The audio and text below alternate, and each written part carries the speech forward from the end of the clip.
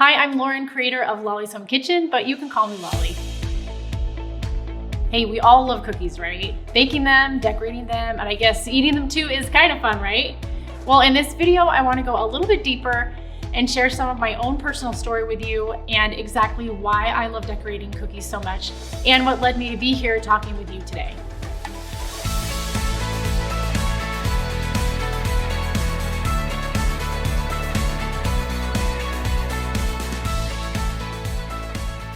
So let's start at the beginning. When I had my youngest son, we found out that he was going to be born with multiple heart defects. And at the time, we thought, okay, no problem. We can deal with whatever comes our way and we can get through this. Well, within a week, he had his first open heart surgery and he did pretty well with recovery and they sent us home. And our mission was to make sure that he was fed well, took all of his medications, he was fed with a feeding tube, and we had to get him to a second heart surgery at 8 months old because his little body just wasn't big enough to fix all of the things that were wrong with his heart. So for the next 8 months, we didn't let him cry. I know that sounds crazy, but that was one of the things we had to do. We couldn't let him cry. We met his every need. And needless to say, my husband and I, we were pretty taxed. And we got him to a second open heart surgery, and that's when our entire worlds were turned upside down. After his second open heart surgery, the surgery went well, but right afterward we brought him home and he was not doing well. So we took him right back to the hospital, and from then on out, we didn't leave the hospital for years. His lungs failed due to some complications with the surgery and his body trying to deal with a lot of different things. And I remember getting a call from the hospital one morning. I'd gone home to be with my family, and I had 2 other kids and a husband who needed me too. And I got a call from the hospital saying that your son, we had to intubate him, and basically that he had almost died and you need to get to the hospital right away. So my husband met me there, and I remember that they wouldn't let us go into the room, and I saw a chaplain down the hall, and I knew what that meant. It meant that our son might not make it. And I didn't know what to expect. And I sat in the waiting room wondering what was going to happen to our lives and what was going to happen to my son. Luckily, we had some amazing doctors and nurses, and luckily my son was built sturdy enough where he was able to make it through.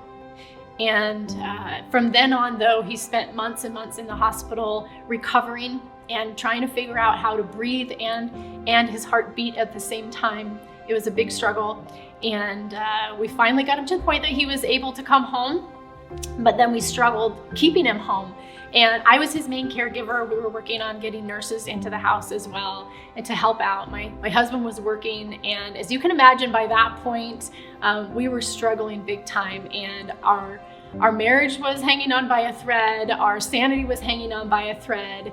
And my mom actually helped us out a little bit at this time, and she could tell that I needed a distraction. We were just surviving, and she could tell that I needed something. So she had taken a class with about airbrushing cookies, and she showed it to me, and I thought, oh my gosh, like, this is amazing. It was the first time in a long time that I felt any life, and I started diving into this whole cookie thing. So at that point, my son was able to stay home longer than he was in the hospital. We were always back and forth from the hospital, and he was on oxygen support. He was on a lot of medications, and our lives had changed so much in that short time frame.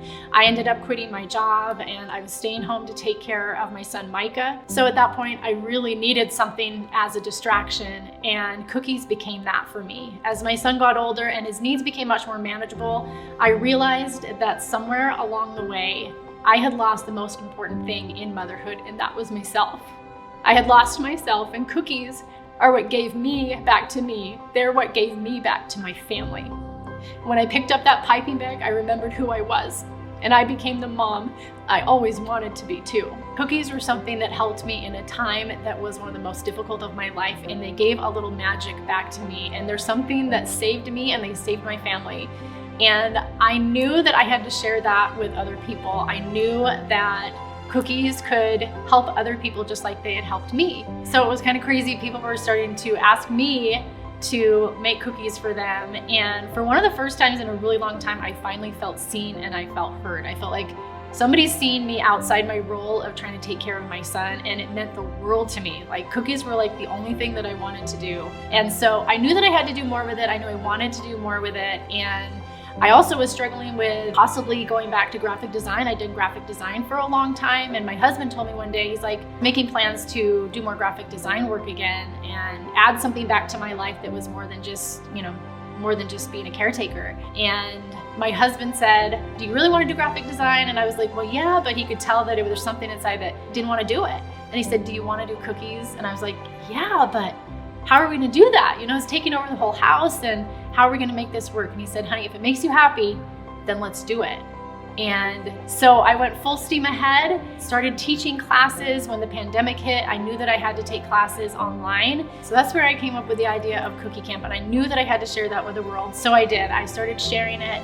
And since then, my son has grown and is able to handle all of his medical difficulties. We are finally out of the hospital. We haven't been back in the hospital for a long time. He's off of oxygen. He is doing so well. Now he's even my little cookie monster. Anytime that I make cookies, he wants to be involved. He wants to be tasting the cookies, and cookies are now something that I get to do with my family, and I get to share with others and help bring more joy to their life too. If you're interested in learning more about cookie decorating, join me in Cookie Camp. It's a 5-part workshop series that gives you insider secrets to professional cookie decorating. Your cookies will become the star of the party, the talk of the town, and they also make a perfect gift for any occasion. I often say that cookies change lives. Well, they certainly changed mine, and I want to share some of that magic with you too. So if you feel like it's time to level up your cookie decorating skills or do more with cookies, it's so easy. Just go to the link in the video description, pop in your details, sign up, and let's get decorating.